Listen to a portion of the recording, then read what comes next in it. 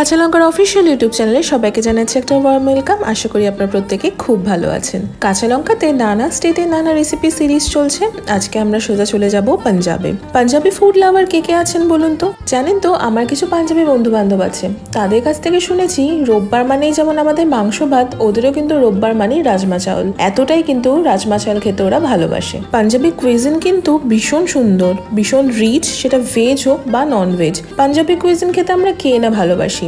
আমি আজকে পাঞ্জাবের স্পেশাল রাজমা চাউল বানাবো। রাজমাটাও বানাবো, তার সাথে সাথে রাজমার সাথে যে চাউলটা সার্ভ করা হয় সেটাও আপনাদের বানাতে শেখাবো। বেশি সময় নষ্ট না করে চলুন আমার সাথে কাঁচা লঙ্কা রান্নাঘরে। প্রথমে আগে আপনাদেরকে উপকরণগুলো একবার দেখিয়ে নিই। রাজমা চাউল বানানোর জন্য আমি প্রথমেই 1 কাপ রাজমা নিয়েছি, যেটাকে হালকা গরম জলে আমি সারা রাত ভিজিয়ে রেখেছিলাম। এরপর আমি আগে থেকেই কুক করে রাখা চাল নিয়েছি বা ভাত নিয়েছি। 4টে টমেটো আমি বেটে নিয়েছি। 3টে পেঁয়াজ আমি ছোট ছোট করে কেটে নিয়েছি। পরিমাণ মতন কাঁচা লঙ্কা কুচি নিয়েছি। 2 টেবিল স্পুন আমি আদা বাটা নিয়েছি। 2 টেবিল স্পুন রসুন বাটা নিয়েছি। 2টো তেজপাতা, 2টো শুকনো লঙ্কা, একটা কালো এলাচ নিয়েছি বা বড় এলাচ, দারচিনি নিয়েছি, ছোট এলাচ আর লবঙ্গ নিয়েছি।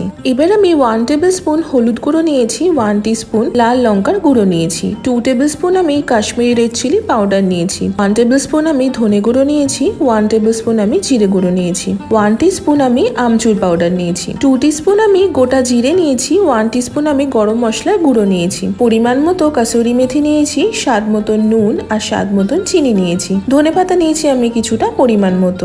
রাজমা চাউল বানানোর আগে প্রথমেই আমরা রাজমাটাকে সেদ্ধ করে নেব। তার জন্য প্রেসার কুকারে আমি 1/2 লিটার মতো জল গরম করে তাতে সামান্য পরিমাণ নুন দিলাম কাঁচা লঙ্কা দিয়ে রাজমাগুলো আমি দিয়ে দিলাম। এবার প্রেসার কুকারের লিডটা দিয়ে আমি হাই ফ্লেমে একটা সিটি আর লো ফ্লেমে 3টে সিটি দেওয়া পর্যন্ত ওয়েট করে নেব।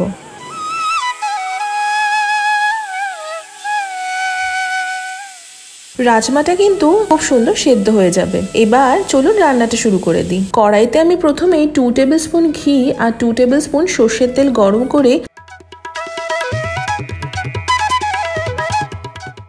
তাতে ফোড়ন হিসেবে প্রথমেই দিলাম তেজপাতা, শুকনো লঙ্কা আর গোটা গরম মশলা। তার সাথে দিয়ে দিলাম আমি 1 টিস্পুন গোটা জিরে। এবার আমি সবকিছু 2 মিনিট মতো ভালো করে ভেজে নিয়ে বা সতে করে পেঁয়াজ কুচিগুলো দিয়ে দিলাম।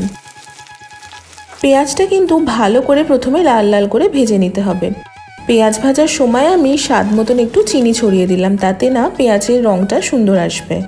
3 থেকে 4 মিনিট পর পেঁয়াজ ভাজার মধ্যে আমি লঙ্কা কুচিটা দিয়ে দিলাম আর দিলাম স্বাদ মতন সামান্য একটু নুন। এবার পেঁয়াজ আর লঙ্কা 3 থেকে 4 মিনিট আমি আবারও ভালো করে ভেজে নিয়ে আদা বাটা আর রসুন বাটাটা দিয়ে দিলাম। ভালো করে আদা রসুন রান্না করে নেব যতক্ষণ না মশলা থেকে কাঁচা গন্ধটা একেবারে চলে যাচ্ছে। এবার আমি টমেটো বাটাটা দিয়ে দিলাম। টমেটোটা বেটে দিলে কিন্তু খুব সুন্দর একটা রং আসবে। আপনারা চাইলে কিন্তু টমেটো কুচিও দিতে পারেন, তবে টমেটো বাটা দিলে রংটাও সুন্দর আসবে আর গ্রেভিটাও কিন্তু ভালো হবে। হাই ফ্লেমে আমি এই টমেটো বাটা দিয়ে 2 থেকে 3 মিনিট ভালো করে প্রথমে কষিয়ে রান্না করে নেব। এবার আমি একে একে হলুদ গুঁড়ো, লাল লঙ্কার গুঁড়ো, কাশ্মীরি রেড চিলি পাউডার, ধনে গুঁড়ো, জিরে গুঁড়ো আর আমচুর পাউডারটা দিয়ে দিলাম। এই আমচুর পাউডারটা দিলে কিন্তু রাজমাতে খুব সুন্দর একটা টেস্ট আসে। আমি কিন্তু এটা আমার ওই পাঞ্জাবি বন্ধুর কাছ থেকেই শিখেছি। আপনাদের বাড়িতে যদি আমচুর পাউডার থাকে তাহলে কিন্তু অবশ্যই ব্যবহার করবেন। এবার সমস্ত গুঁড়ো মশলা প্রথমে ভালো করে একটু মিশিয়ে নেব। হাই ফ্লেমে ভালো করে কষিয়ে রান্না করে নিয়ে যতক্ষণ না মশলা থেকে তেল ছাড়তে শুরু করছে ততক্ষণ পর্যন্ত কিন্তু ভালো করে সবকিছু কষিয়ে নেব। কষানোর উপর কিন্তু এই রান্নার স্বাদ অনেকটাই ডিপেন্ড করে।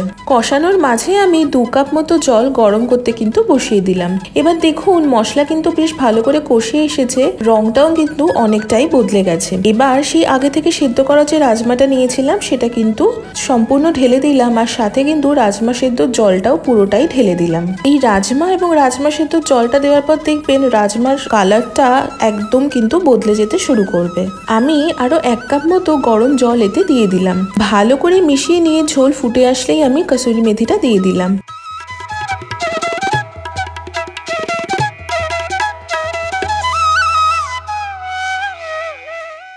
এবার আর কিছুই না, রাজমাটাকে আমি লো টু মিডিয়াম ফ্লেমে 20 থেকে 30 মিনিট মতো ফুটিয়ে নেব।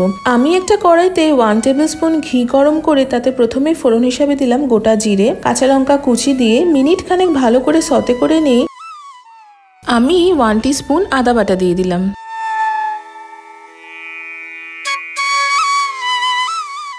আগে থেকে সেদ্ধ করে রাখা চালটা বা রাইসটা দিয়ে দিলাম। ভাতটা দিয়ে খুব ভালো করে প্রথমে কিন্তু ভেজে নেব। আপনারা নর্মাল ভাতের সাথেও কিন্তু রাজমাটা এনজয় করতে পারেন, তবে রাজমার যে চাওয়ালটা সেটা কিন্তু জেনারেলি জিরা রাইস সাথে সার্ভ করে খেতে কিন্তু খুব ভালো লাগে, তাই জন্য আপনাদের সাথে এই রেসিপিটা শেয়ার করছি। এবারে আমি ভাতের উপর স্বাদ মতন একটু নুন ছড়িয়ে দিলাম, তারপর সামান্য গরম মশলার গুঁড়ো ছড়িয়ে দিলাম, দিয়ে ভালো করে সবকিছু মিশিয়ে নিয়ে একদম ঝরঝরে করে ভেজে নেব। তবে জিরা রাইস বানানোর ডিটেল রেসিপি কিন্তু আমাদের ইউটিউব চ্যানেলে অলরেডি আপলোড করা আছে, আপনারা চাইলে কিন্তু চেক আউট করতে পারেন, লিংক আমরা শেয়ার করে দেব।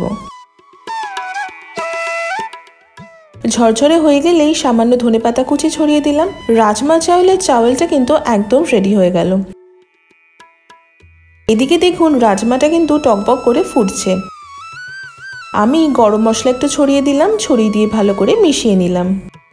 মোটামুটি 30 মিনিট পরে দেখুন রাজমাটাও কিন্তু অলমোস্ট রেডি হয়ে গেছে। এবার আমি ওপর থেকে একটু ফ্রেশ ধনেপাতা কুচি ছড়িয়ে দিলাম।